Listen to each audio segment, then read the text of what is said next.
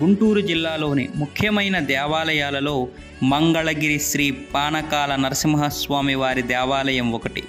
ఇది విజయవాడ శ్రీ కనకదుర్గ క్షేత్రమునకు 8 కిలోమీటర్ల దూరంలోను, గుంటూరు విజయవాడ జాతీయ రహదారిపై గుంటూరుకు 20 కిలోమీటర్ల దూరంలోనూ ఉంది. ఇక్కడ ఉన్న కొండపైన శ్రీ పానకాల నరసింహస్వామి వారు వేంచేసి ఉన్నారు. భక్తులు కోర్కెలు తీర్చే భక్తారగేసరుడిగా శ్రీ నరసింహ స్వరూపంలో సేవలందుకుంటున్న ఈ నారాయణుడుకు పానకమంటే ఎంతో ప్రీతి. సరాసరి తన నోటిలో పానకంలో సగపాలు ఈ స్వామి ప్రసాద చిహ్నంగా భక్తులకు అనుగ్రహిస్తూ ఉంటారు. స్వామివారు త్రాగుతున్నట్లు గుటగుట శబ్దం కూడా వినిపిస్తుంది. ఈ శబ్దం ఆగేసరికి పానకం బయటకు చిమ్ముతుంది.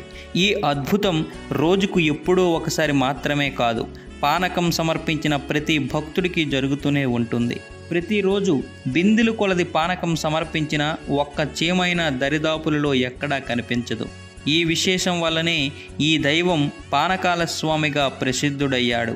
ఈ క్షేత్ర చరిత్ర బ్రహ్మవైవర్త పురాణంలో ఉంది. మంగళగిరి అంటే శుభప్రదమైన కొండ అని అర్థం.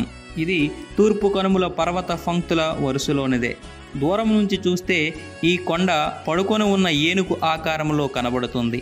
ఈ స్వామికి కృతయుగంలో తేనె, త్రేతాయుగంలో నెయ్యి, ద్వాపరయుగంలో పాలు, కలియుగంలో పానకం నైవేద్యంగా సమర్పిస్తారు. ఇప్పటికీ శంఖంతో పానకం స్వామి నోటిలో పోస్తారు. అందులో సగము స్వీకరించి సగము భక్తులకు ప్రసాదంగా అనుగ్రహిస్తాడు.